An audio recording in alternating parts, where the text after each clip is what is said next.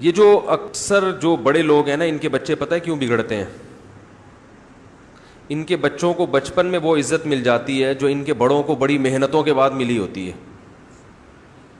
اس سے کیا ہوتا ہے، وہ جب فری پھوکٹ میں کوئی چیز ملتی ہے تو پھر تکبر پیدا ہو جاتا ہے. ان کے والدین کو، باپ کو بڑی محنتیں، مجاہدے کیے ہوتے ہیں، تواضع اس کے بعد ملی ہوتی ہے، تو وہ تو قدر کرتے ہیں اور تکبر کا شکار نہیں ہوتے. بچوں کو بچپن سے ہی کہ بھئی فلاں کا بیٹا ہے، فلاں کا بیٹا ہے، ہر آدمی فلاں کا بیٹا، وہ اس میں کبر پیدا ہو جاتا ہے. تو اس لیے ہمارے علماء جو ہم نے اپنے بڑے بزرگ دیکھے ہیں، وہ یہ کیا کرتے تھے کہ اپنے بچوں کو کبھی بھی مجمع میں کوئی اضافی پروٹوکول دینے کی اجازت نہیں دیتے تھے. میرے جو شیخ ہیں جامعۃ الرشید میں، ہم نے دیکھا ہے کہ انہوں نے اپنے بچوں کو کبھی بھی مدرسے کے اندر الگ سے کوئی عزت یا پروٹوکول نہیں دیا. جب وہ چھوٹے تھے تو جیسے سب بچے لائن میں لگے ہوئے ہیں نا ہوٹل میں، تو ان کے بچے بھی لائن میں، بولو بھائی، ان کو اجازت نہیں تھی کہ آپ چونکہ مدرسے کے محتمم کے بیٹے ہیں تو لائن توڑ کے آگے سے چلے جائیں. نا نا نا نا نا نا، اس کی اجازت نہیں تھی. آفس میں آنے کی اجازت نہیں تھی اپنے ابا کے پاس بیٹھنے کی. جہاں سب بچے بیٹھے ہیں، بولو بھائی، وہیں جا کے بیٹھنا ہے. گھر میں محبت، گھر سے باہر محبت تو ہے. جو لوگ اضافی پروٹوکول دیتے ہیں اس کی قطعا اجازت نہیں. کسی استاذ سے بدتمیزی کی قطعا اجازت نہیں کہ تم محتمم کے بیٹے ہو تو اب تم کسی بڑے استاذ سے بدتمیزی کرو یا شکایت لگاؤ، یہ نہیں.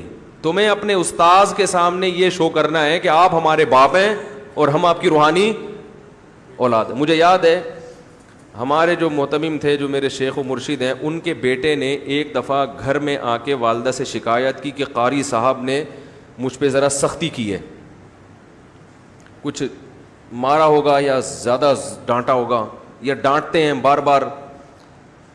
تو گھر میں آ کے والدہ کو بتایا. والدہ نے کہا ٹھیک ہے میں آپ کے ابو کو بتاؤں گی. والد صاحب آئے، ہمارے جو شیخ تھے ان کو بتایا کہ بھئی وہ مدرسے میں بچے پہ کیا ہوئی ہے، ذرا سختی ہوئی ہے، ڈانٹا ہے قاری صاحب نے یا مارا ہے. تو انہوں نے کہا اچھا ٹھیک ہے. بچے کو الگ سے بلایا. پھر بچہ خوش ہو گیا کہ اب کیونکہ ہم تو محتمم کے کیا ہیں، بیٹے ہیں بھائی. اب جا کے استاد سے پوچھا جائے گا آپ کو پتہ ہے آپ نے کس پہ ہاتھ اٹھایا ہے. تو انہوں نے بچے کو بلایا.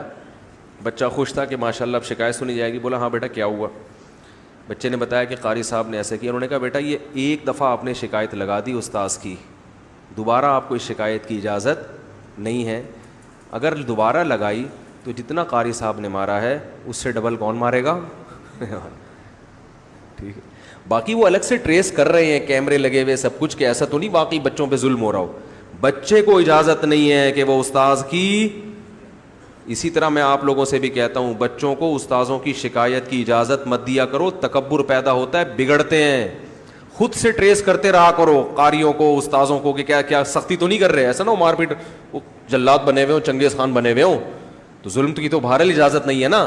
خود سے کسی طریقے سے چپکے جھانکتے جایا کرو کہ قاری صاحب ایسے تو نہیں کھڑا پھڑا پھڑا تھپڑ. بعض قاری ایسے جلاد ٹائپ کے ہوتے ہیں، وہ تو اس سے بہتر ہوتا ہے کسی چنگیز خان سے پڑھا لے انسان. حقیقت بتا رہا ہوں. تو خود سے سب کچھ نوٹ کیا کرو، بچوں کو نہیں. یاد رکھو جی، ایک بات خوب اچھی طرح سمجھ لیں، پھر بس آگے چلتا ہوں میں. دیکھو بچے کی جو بچپن میں تربیت ہے نا، کوئی اتنی مشکل نہیں ہے. چند ٹیکنیکل پوائنٹ ہوتے ہیں، اس کو پکڑ لو. ان میں سب سے اہم چیز یہ ہے کہ بچے کو بڑوں کا ادب سکھاؤ، چاہے کوئی بھی بڑا ہو.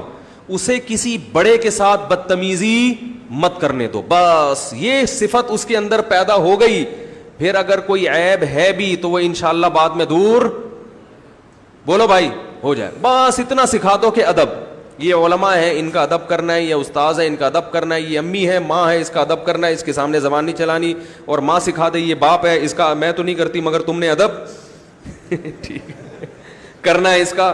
ٹھیک ہے نا. یہ تمہارے ماموں ہیں، یہ تمہارے چاچو ہیں، یہ تمہاری خالہ ہیں، یہ تمہاری پھپھی ہیں، یہ تمہاری بڑی آپی ہیں، یہ تمہارے بڑے بھائی ہیں.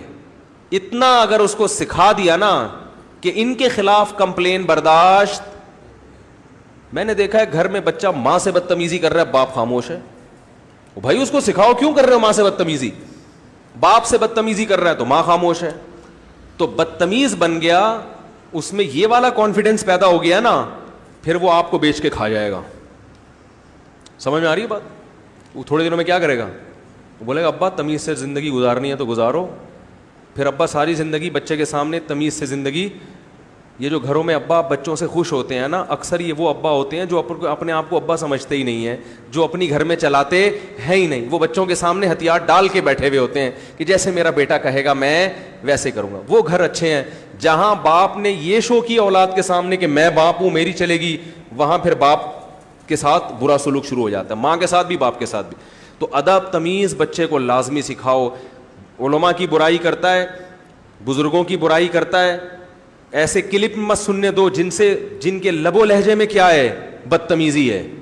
بچوں بہت جلدی اثر لیتے ہیں, نیگیٹو چیزیں مت سننے دو ان کو, زیادہ کیا تھوڑی بھی نہیں سننے دو.